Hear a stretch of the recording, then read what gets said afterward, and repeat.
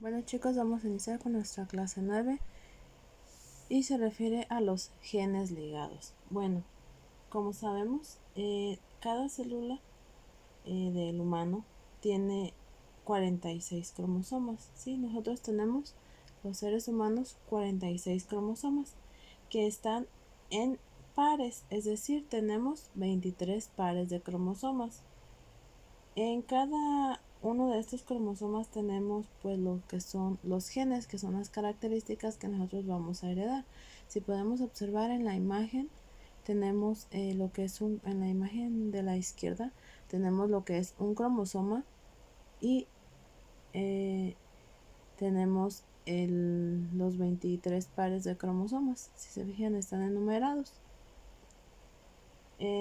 Tenemos alrededor de 100.000 genes. Estos genes pues están, como les mencionaba, dentro de los cromosomas. Cada cromosoma pues tiene varios genes juntos y estos han de ser heredados, ¿sí? Entonces podemos decir que los genes ligados son los genes que se heredan juntos y se encuentran en los cromosomas sexuales, ¿sí? Únicamente. Y estos genes pueden ser los causantes de diversas enfermedades como la hemofilia o el daltonismo. Ahí en la imagen de la derecha pues tenemos lo que son los genes ligados, es decir, dos genes juntos que se van a heredar. Bueno, ahora vamos a ver cómo se determina el sexo. Como les mencioné anteriormente, tenemos 23 pares de cromosomas. De esos 23 pares, tenemos que 22 son autosomas y el par número 23 es el sexual. Podemos observar eso en la imagen anterior. En donde está la flecha roja en la imagen izquierda, tenemos el cromosoma o el par de cromosomas 23, que es el que corresponde al cromosoma XY, que es el cromosoma sexual. Todos los demás cromosomas o demás pares de cromosomas, que son 22, se les llama autosomas. Bueno, ¿qué son los cromosomas o los autosomas? Son cualquier cromosoma que no son de tipo sexual, ¿sí? Entonces, como les mencioné, el que es de tipo sexual es el par número 23 y se refiere a los cromosomas X y Y. Bueno, entonces ahora vamos a ver cómo se determina el sexo de un bebé, incluso pues de nosotros al momento de la fecundación. Tenemos que las mujeres tenemos cromosomas de tipo XX y los hombres tienen cromosomas tipo XY.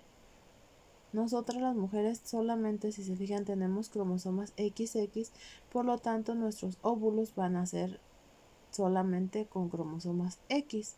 En el caso de los hombres, si podemos observar, tienen cromosomas XY, por lo tanto en la imagen dice que sus espermatozoides pueden ser con cromosoma X o con cromosoma Y, lo cual va a determinar el sexo del bebé. En este caso, el hombre es el que determina el sexo, no las mujeres, como muchas personas creen. Vemos que si al momento de haber una fecundación, se toma el óvulo X de la mujer y el espermatozoide que fecunda ese óvulo X es un espermatozoide con cromosoma X, va a dar origen a una niña. Si se fijan en la imagen, en la parte inferior izquierda tenemos XX y está la niña. Y si en el momento de haber una fecundación,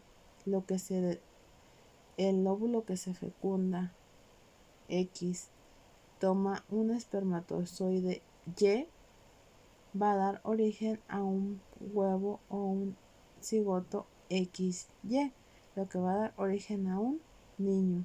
Si podemos observar en la imagen, en la parte inferior derecha tenemos el niño. Es muy sencillo, ¿sí? Entonces, cuando un espermatozoide X va a fertilizar a un óvulo X, pues da origen a una mujer, que es XX, y si el espermatozoide Y es el que va a fecundar al óvulo X, nos va a dar un varón. Sí, podemos observarlo en esa imagen. Dicen muchas veces que los espermatozoides, pues, para que lleguen a fecundar, tienen muchas veces que ver la alimentación. Si tienen una buena alimentación sana, es muy probable que pues el espermatozoide Y sea el que fecunde. Otra de las razones por las que hay más mujeres que hombres es porque los espermatozoides X son más rápidos que los Y, ¿sí? Por eso también cuando el bebé es 7 mesino o nace prematuro, es más fácil que se logre una niña que un varón, porque son más fuertes las mujeres o las niñas en este caso. Y si vemos, pues se comprueba en los espermatozoides que es más fuerte y más rápido y sobrevive más el espermatozoide X que el espermatozoide Y. Bueno, vamos a ver la herencia ligada al sexo. Bueno, tenemos aquí que la herencia o los genes se van a heredar de acuerdo al sexo. Como mencionamos, existen muchos genes ligados a los cromosomas sexuales y estos pues al momento de cruzarse por medio de o dividirse en la meiosis podemos encontrar que pueden ser portadores de alguna anomalía o alguna enfermedad. Como les mencionaba, uno puede ser el daltonismo, que es la incapacidad para distinguir los colores correctamente, o la hemofilia, que es cuando la sangre no coagula. Si existe alguna cortadura, pues hay que ir al hospital, ya que no va a coagular la sangre hasta que pues le pongan el tratamiento adecuado. Entonces tenemos que hay genes homólogos. ¿Cuáles son los genes homólogos? Pues es un par de cromosomas con forma, tamaño y genes idénticos. Unos van a provenir de la mamá y otros del papá. Bueno, les explico. Como sabemos, la mujer, pues ahí podemos observar, tiene cromosomas XX. Entonces, los cromosomas X van a ser los cromosomas homólogos porque son los que son idénticos, ¿sí? Son dos X. En cambio, del hombre, pues no son idénticos, uno es X y otro es Y. Les explico. Cuando tenemos la herencia ligada al cromosoma X, cuando la mamá es portadora. Aquí podemos tomar el caso de la hemofilia, suponiendo que la X en la imagen es X roja, perdón, es cuando es portadora del gen con hemofilia. Vemos, en este caso la madre es portadora de hemofilia, si tiene la X roja. ¿Sí? Podemos ver ahí dice X roja es cromosoma X defectuoso, ¿sí? Entonces portador de hemofilia. El padre, si se fijan, pues el padre es normal, él no tiene ninguna enfermedad, no porta ninguna enfermedad.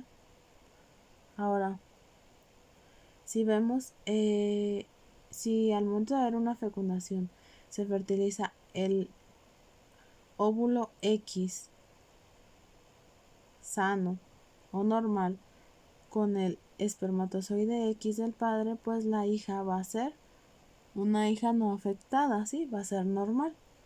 Pero también puede ser el caso que sea un varoncito. Se fertiliza el óvulo X de la madre sano o normal y el espermatozoide Y del padre normal. Entonces el hijo no va a ser afectado. Pero en cambio, si el óvulo que fertiliza es el óvulo portador de la hemofilia o defectuoso y el espermatozoide que va a fertilizar ese óvulo es el X, pues va a ser una hija portadora de la enfermedad de la hemofilia. Pero también si sale un varón, puede ser que se fertilice ese óvulo X con el gen de la hemofilia y el espermatozoide Y sano del padre o normal y nos da un hijo que que va a desarrollar la hemofilia. ¿Por qué? En el caso de las mujeres es portadora porque tenemos dos cromosomas X. Entonces solamente vamos a aportar esa enfermedad de nuestros genes, pero no la vamos a desarrollar porque tenemos el otro cromosoma sano.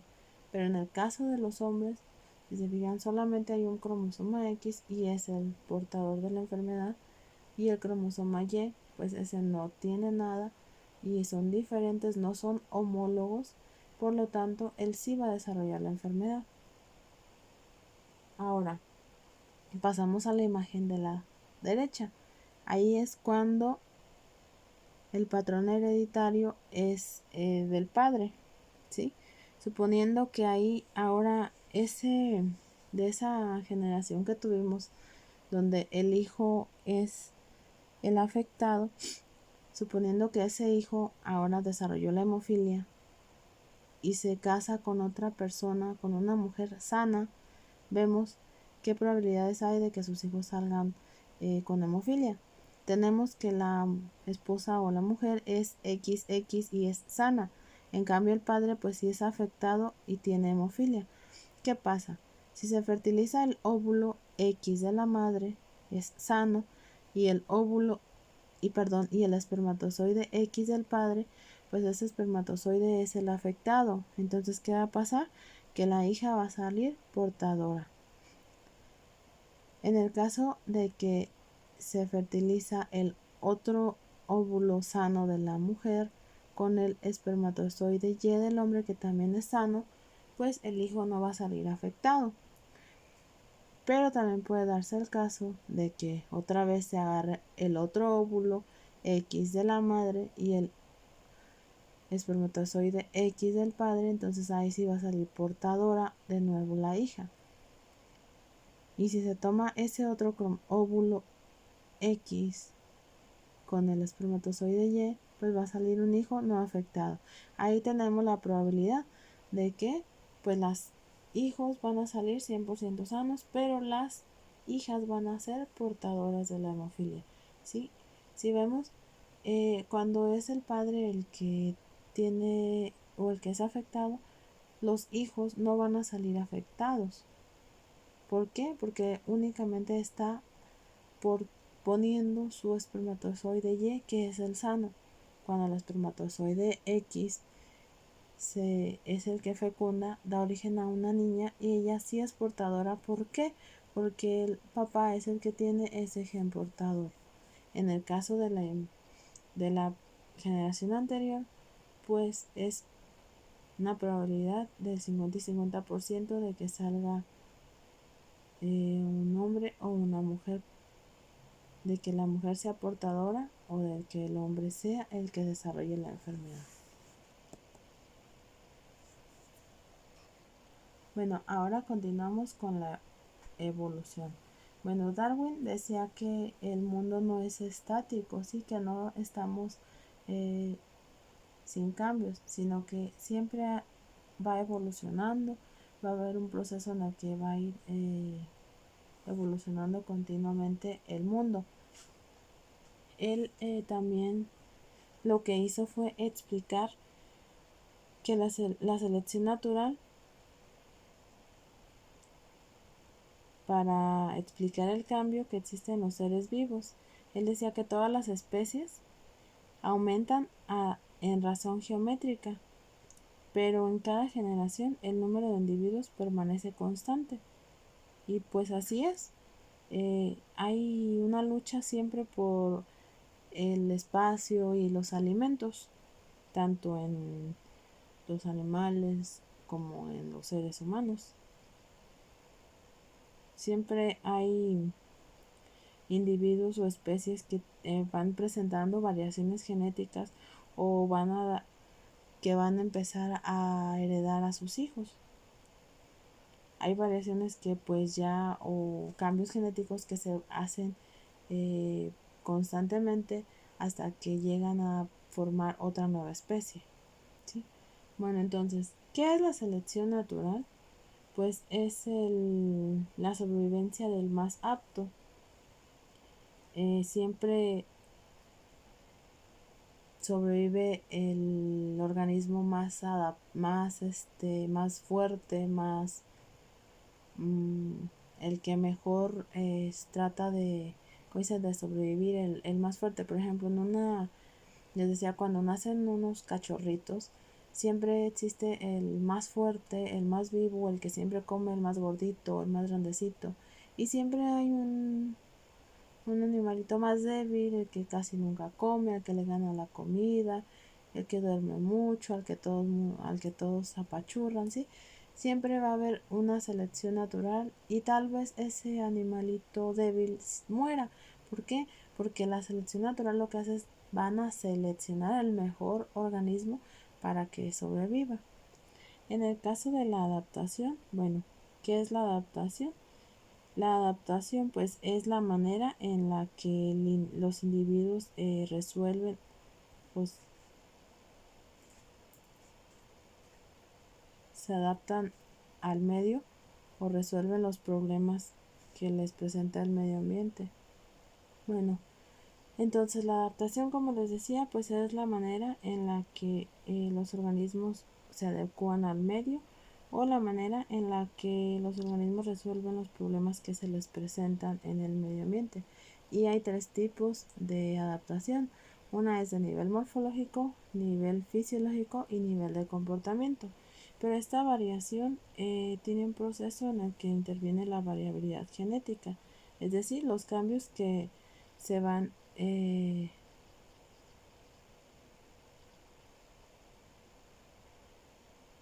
se van como heredando de generación o se van presentando o se heredan a los hijos. Bueno, vemos. ¿Qué es la adaptación morfológica? La adaptación morfológica se refiere pues a los peces primitivos, cómo se iban adaptando esos peces, cómo se fueron modificando para invadir el medio terrestre, ¿sí? Cómo fueron creciendo sus extremidades. También eso cómo empezaron a perder peso las aves que eran voladoras, cómo se adaptaron también pues los peces, como les decía, a crecer sus extremidades para poder andar en lo que es el agua, perdón, en la tierra, y los mamíferos también tuvieron una adaptación, igualmente los reptiles, ¿sí? En la adaptación fisiológica tenemos lo que es los cambios fisiológicos, como por ejemplo las jirafas, que pues tienen órganos o vasos sanguíneos en sus modificados que les permiten que su flujo sanguíneo continúe normal cuando ellas bajan su cabeza. Ya ven, pues su cuello es muy largo, por lo tanto, al bajar su cabeza, pues esas válvulas le ayudan a que la sangre siga funcionando correctamente. Otro ejemplo de ahí, del nivel fisiológico, es el mimetismo. El mimetismo es lo mismo que el camuflaje, ¿sí?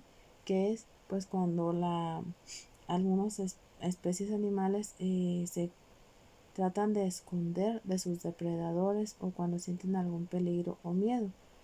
Por ejemplo, las mantarrayas, las cebras también por sus rayas se camuflajean, el camaleón, algunas serpientes, eh, también mariposas, ¿sí? Algunos sapos también se camuflajean. Y tenemos también lo que es ahí el tactismo. Bueno, el tactismo que es, son movimientos que presentan algunos organismos hacia la luz. Por ejemplo, tenemos ahí un girasol que va girando para encontrar la luz del sol. También hay algunos animales o insectos que son atraídos por la luz. Sí, estos también son parte del tactismo. Bueno, el nivel de comportamiento pues se refiere a lo que es la migración. Hay pues migración tanto de humanos como de animales. ¿Por qué? Pues van moviéndose. En el caso de los animales pues se van moviendo, ¿para qué? Para ir buscando alimento, agua, incluso por sequías, pues se van para buscar agua o alimento, se van moviendo para encontrar nuevas condiciones de vida favorables para ellos. Pero también tenemos lo que es la variabilidad genética, que como les mencionaba son los cambios que se van a ir heredando de padres a hijos. Así la especie pues va evolucionando y va adquiriendo cambios favorables para su adaptación o su supervivencia. Bueno, tenemos diferentes tipos de especiación. Tenemos que hay especiación alopátrica, simpátrica, radiación y radiación adaptativa. Bueno, vamos a ver, ¿qué es la alopátrica? Bueno, la especiación alopátrica es cuando un grupo de individuos se separa físicamente de su población original.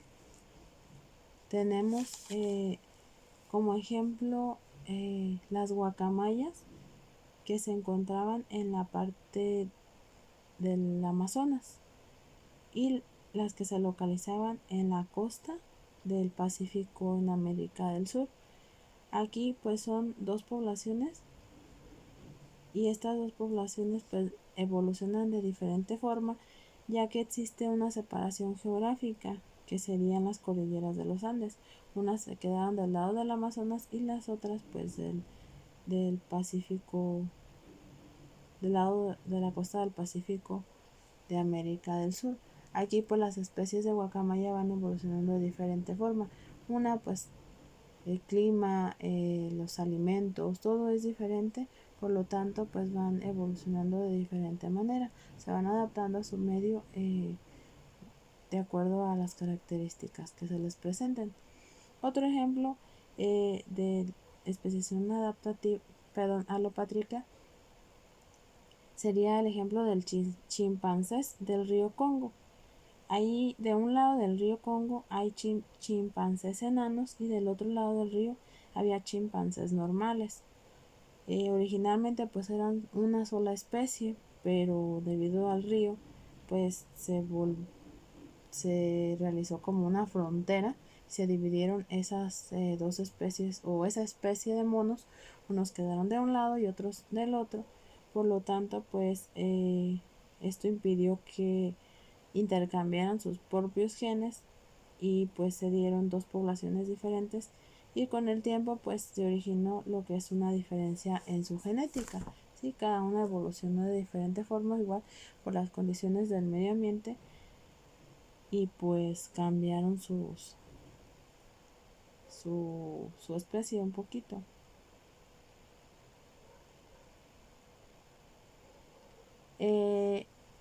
En el caso de la radiación adaptativa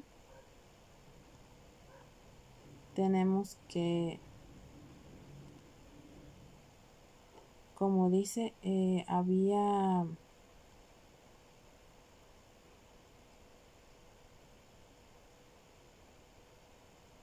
bueno, ¿qué es la adaptación? Pues como dice, es una adaptación o un cambio